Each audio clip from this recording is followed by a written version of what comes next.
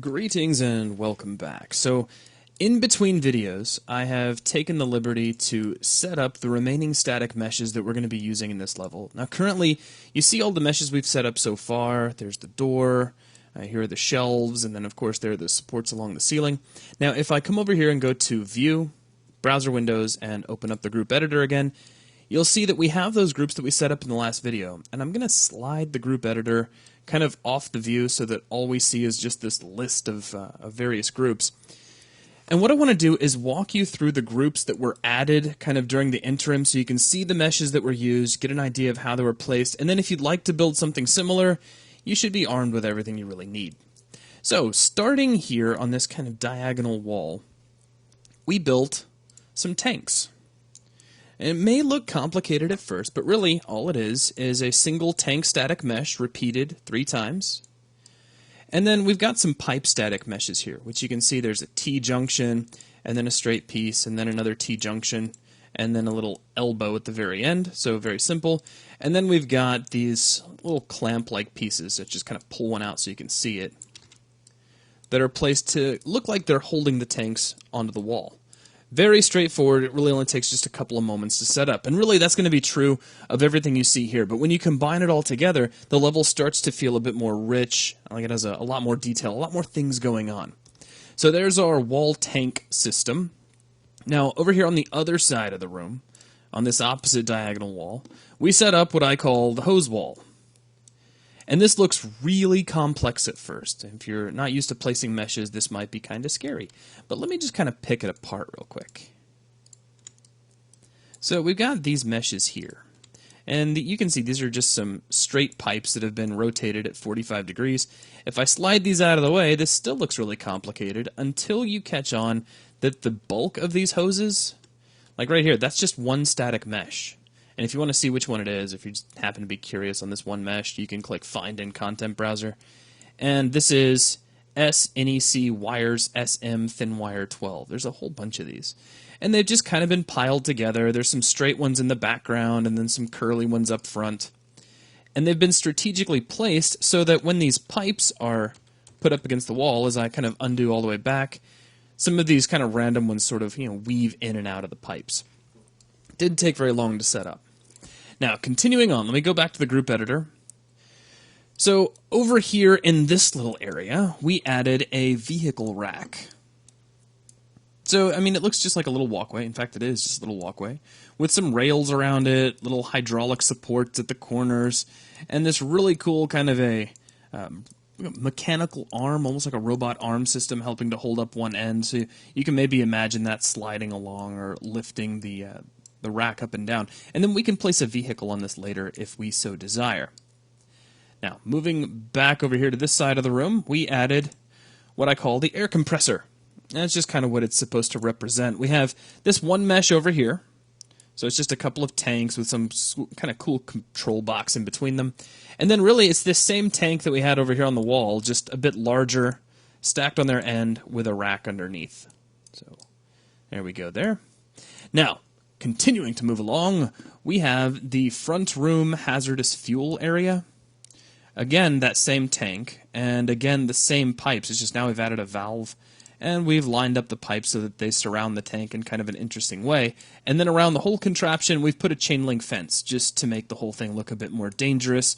And over here on the side, we've got these pipe static meshes that have these cool kind of alarms built onto the top in case the pressure gets too high. Which brings us over here to this area. And I'm going to move my light. Things are getting a little dim here, so let me take this light. We'll just slide it over here. It's just our work light anyway. And this is where we built the hydro station, or at least that's what I'm calling it. Now this may be one of the more complex contraptions that we put together.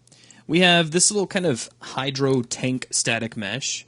Now if you want to see which one this is, I know I'm not showing you every single thing, but there's really not too many meshes to dig through, so let's find this in the content browser.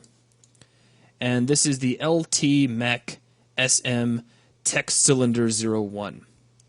What a great name. And if I hold down the L key, we can kind of rotate around that. You can see what it looks like. Now, surrounding this, we've got exactly the same pieces we used up here along our supports, just repeated. And then we've got the same pieces that we used over here on the wall tanks to hold them up, just kind of aimed back in the other direction. So that creates kind of a cool little clamp mechanism on top, and that's being held in place by these really cool spring static meshes and a little rack that kind of mounts those onto the wall. Now underneath, we've got a little base and a couple of fence-like meshes to make it look like it's supposed to be walled off so you can't, accidentally drive a car into it or anything like that. Now we've got the ultimate fire hydrant here.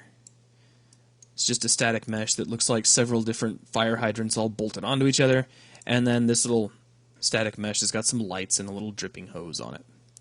Alright, so let's move back over to the group editor. So let's go to View, open up the group editor.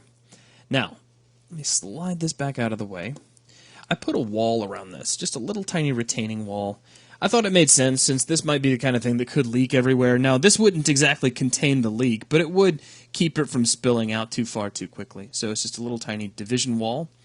And that's just about everything in this room. I think there's just a couple of other things. There were some stacked crates over here, just kind of make everything look a little more cluttered. And really, I think that's about it. Now, the last thing that we added were some light sources, some static meshes that looked like lights. So if I come over here to front room light meshes and turn that on, you see that all around the room we've placed, like here's one little light static mesh, and then we placed these guys along the ceiling.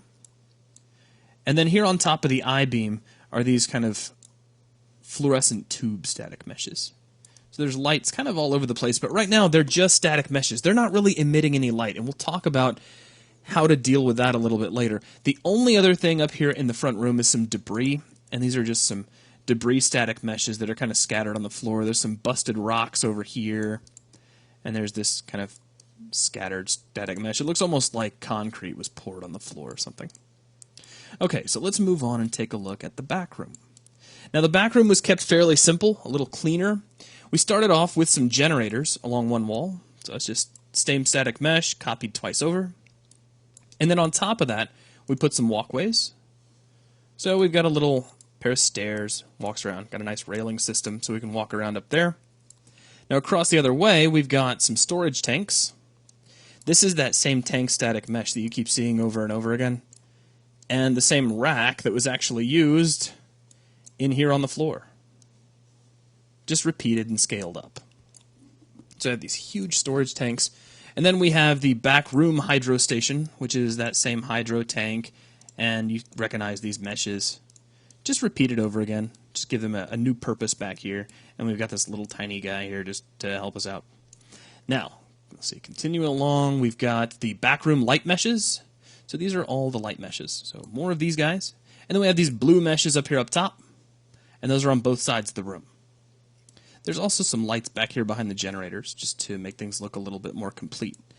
Now, if we creep our way all the way back around, the only other thing I added to this level, and it was just to kind of make it, I don't know, look a little more cluttered, like a little more was going on, I added some hanging cables.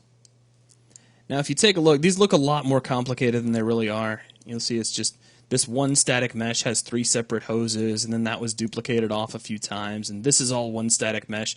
So you just duplicate this a few times, and you end up with a nice kind of hangy, complex cable look. And that's it. That's all the static meshes that we added. So I would love to actually walk around this level, but currently the lighting needs to be rebuilt, so we would just get a black level. So what I'm going to do instead is go ahead and save at this point. And then from here, we're going to move forward and take a look at lighting up our level.